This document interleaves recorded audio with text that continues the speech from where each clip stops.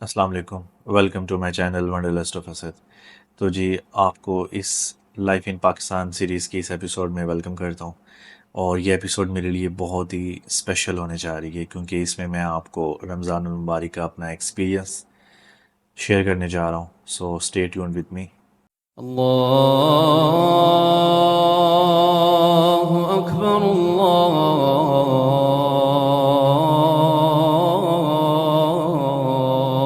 اکبر، اللہ اکبر، اللہ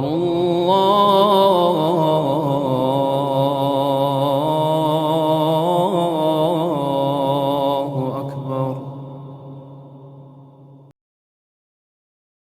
رمضان میں ہر طرف اللہ کی رحمتیں اور برکتیں کا ظہور ہوتا ہے، جس کا اظہار آپ کو اس ایریل ویو میں نظر آ رہا ہے کہ کیسے ایک مسجد کی صفوں پر بیٹھے یہ مسلمان بھائی یہ سب اس ٹائم افطاری کا انتظار کر رہے ہیں۔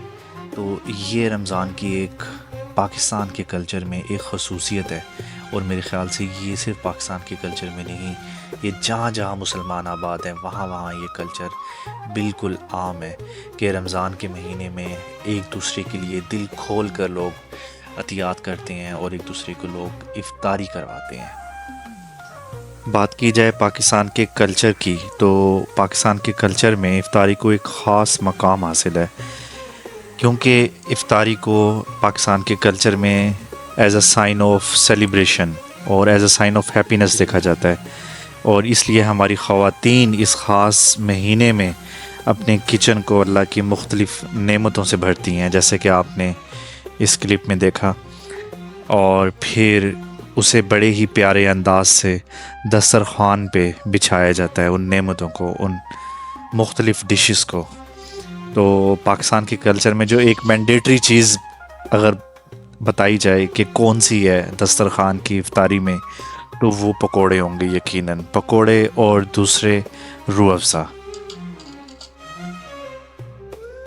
یہ دو ایسی چیزیں ہیں کہ یہ آپ کو ہر کسی کے دسترخوان پہ لازمی نظر آئیں گی، اور رمضان المبارک کی خوشیوں کو اپنے تک محدود رکھنا یہ رمضان المبارک کی بیسک تعلیمات کے خلاف ہے۔ اس لیے ہم اس مہینے میں، ماہ مبارک میں، افطاری کا سماں اپنے ہمسایوں میں بھی بانٹتے ہیں، اور جیسے ہی افطاری کا ٹائم قریب آتا ہے ویسے ویسے ہی گلیوں میں بالکل رونقیں مدھم ہو جاتی ہیں، لوگ اپنے گھروں کی طرف اور اپنے گھروں میں محصور ہو جاتے ہیں، کیونکہ وہ اس بابرکت ٹائم کو اپنی فیملی کے ساتھ گزارنا چاہتے ہیں، اور اس کے ساتھ ساتھ مسجدوں کی رونقیں بھی بالکل عروج پر چلی جاتی ہیں۔ جیسے ہی روزہ افطار ہونے کا ٹائم ہوتا ہے، اس کے 5 منٹ بعد اذان مغرب کا وقت بھی ہو جاتا ہے۔ عصر کے بعد سورج ڈوبنے کا یہ منظر خوبصورتی میں اپنی مثال آپ ہوتا ہے، اور روزہ دار کے لیے تو عصر کے بعد کا ٹائم جو ہوتا ہے وہ سونے پہ سہاگا ہوتا ہے، کیونکہ وہ پل پل گن کے گزار رہا ہوتا ہے کہ کب سورج ڈوبے گا اور ہم روزہ افطار کریں گے۔ تو اس ٹائم لاہور کی ٹریفک میں میں کوشش کر رہا ہوں، دعا کر رہا ہوں کہ سورج ڈیلے ہونے میں کچھ ٹائم مزید لے لے، کیونکہ مجھے ایک جگہ افطاری پر پہنچنا ہے۔ میں بھول گیا تھا، صرف مجھے ہی نہیں اور بھی بہت سارے لوگوں کو افطاری کے لیے اپنے گھر جانے کی جلدی ہے، تو ٹائم کم ہے اور مقابلہ سخت ہے۔ دیکھتے ہیں کہ میں افطاری پر ٹائم سے پہلے پہنچ پاتا ہوں کہ نہیں۔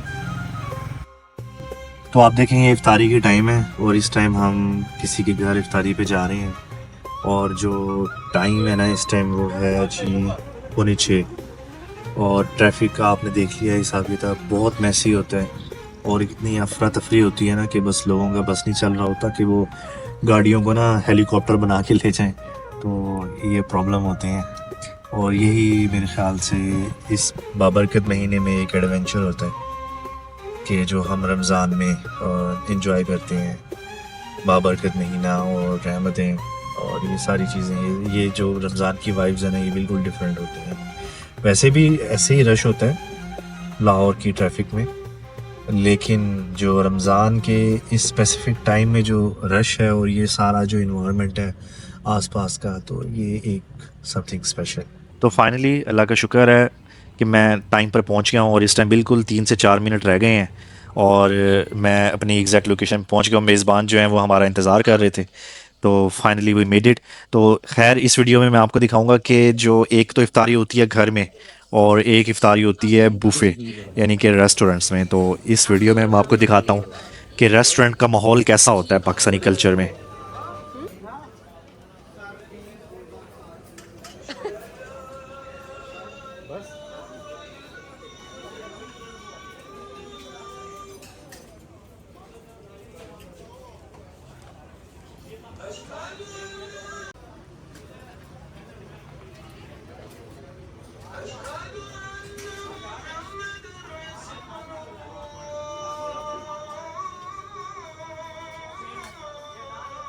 تو جی اذان مغرب ہو چکی ہے اور افطاری بوفے بھی لگ چکا ہے.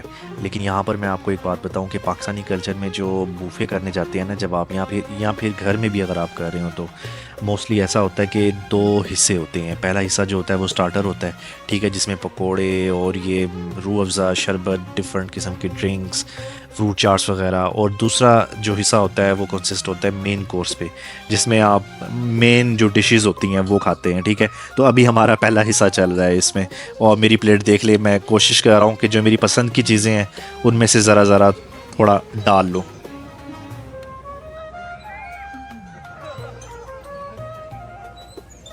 تو جی نماز مغرب ادا کرنے کے بعد باری آتی ہے مین کورس کی. آپ کے بھائی نے بھی بڑی مشکل سے اور تگ و دو کر کے اپنی باری کا انتظار کرتے ہوئے مین کورس اپنی پلیٹ میں کچھ ڈالا ہے. اور یہ آپ دیکھیں کہ اس بوفے میں کتنے زبردست قسم کی پاکستانی ٹپیکل ڈشز ہیں، ساری دیسی ڈشز ہیں یہ، جس میں بریانی، بیف، قیمہ، مٹن، یہ سب کچھ انکلیوڈ ہے.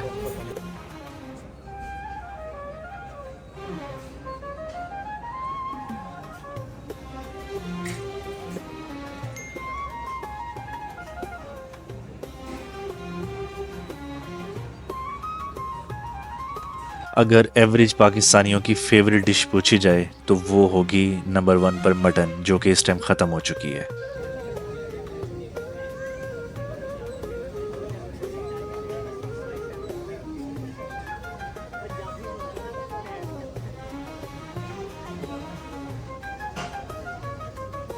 تو جی فائنلی ہماری افطاری کی دعوت کمپلیٹ ہو چکی ہے، اور اب ہمارا ٹائم آ گیا ہے کہ ہم اپنے میزبان کا شکریہ ادا کریں اور یہاں سے خداحافظ لیں.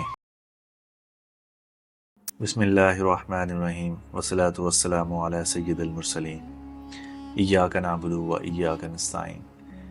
ماہ رمضان المبارک اور قرآن مجید کا آپس میں بہت گہرا تعلق ہے.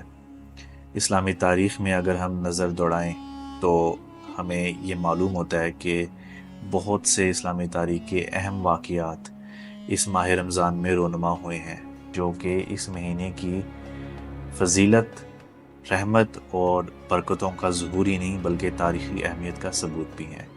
رمضان المبارک میں نزول قرآن نہ صرف اسلامی تاریخ کا بلکہ انسانی تاریخ کا بھی سب سے اہم واقعہ ہے.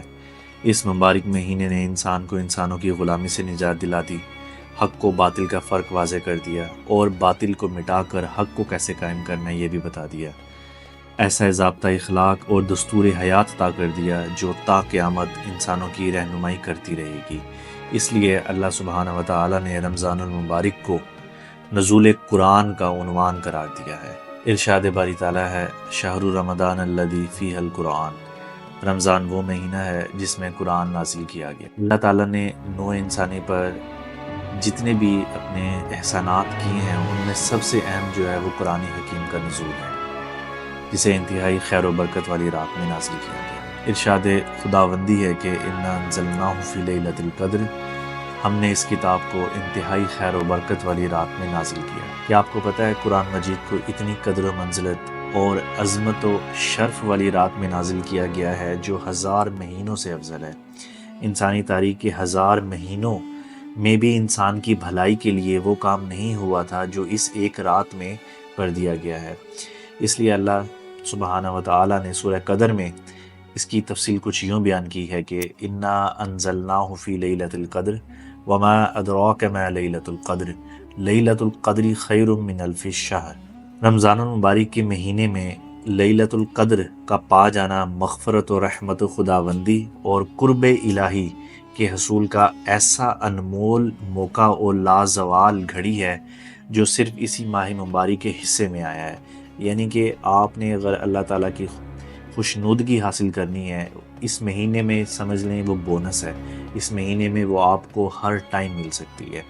رمضان المبارک کے آخری عشرے کی طاق راتوں میں چھپی مالک کائنات کی یہ نعمت کبریٰ یعنی کہ شب قدر ایک عظیم سرمایہ ہے جو 1000 مہینوں سے زیادہ بہتر ہے، جس میں فرشتے نازل ہوتے ہیں، جس میں طلوع فجر تک سلامتی ہی سلامتی اور برکت ہی برکت ہوتی ہے۔ اب ہم نظر دوڑاتے ہیں اس ماہ سیام میں پیش ہونے والے کچھ اہم ترین اسلامی واقعات۔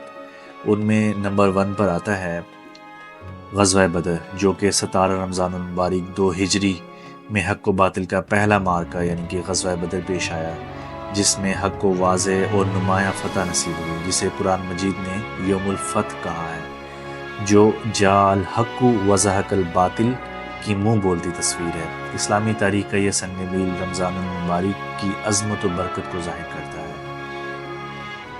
نمبر 2 پر آتا ہے فتح مکہ۔ 20 رمضان المبارک 8 ہجری کو انا فتحنا لک فتحا مبینا کا نگارہ بجا۔ فتح مکہ کی صورت میں اسلام کے روشن مستقبل کی نوید سنائی گئی۔ اب تیسرے واقعے کی بات کریں تو وہ ہمارے اس ریجن سے متعلق ہے، یعنی کہ 10 رمضان المبارک کو محمد بن قاسم ثقفی نے سندھ میں فاتحانہ داخل ہو کر اسلام کا پرچم لہرایا، اور اس طرح اس خطے کے لوگوں کو اسلام کی عظیم نعمت حاصل ہوئی۔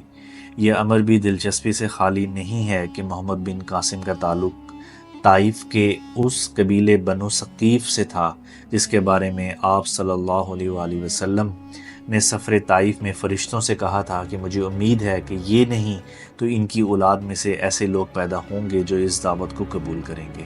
اور چوتھا اور ایک بہت اہم واقعہ جو ہمارے ملک سے لنکڈ ہے وہ ہے 27 رمضان المبارک کی شب دنیا کے نقشے پر ایک اسلامی ملک پاکستان وجود میں آیا۔ یہ اللہ تعالیٰ کا وہ انعام تھا جو رمضان المبارک کے مقدس و متبرک مہینے میں دیا گیا تاکہ مملکت خداداد پاکستان میں قرآن کے نظام کو نافذ کیا جا سکے۔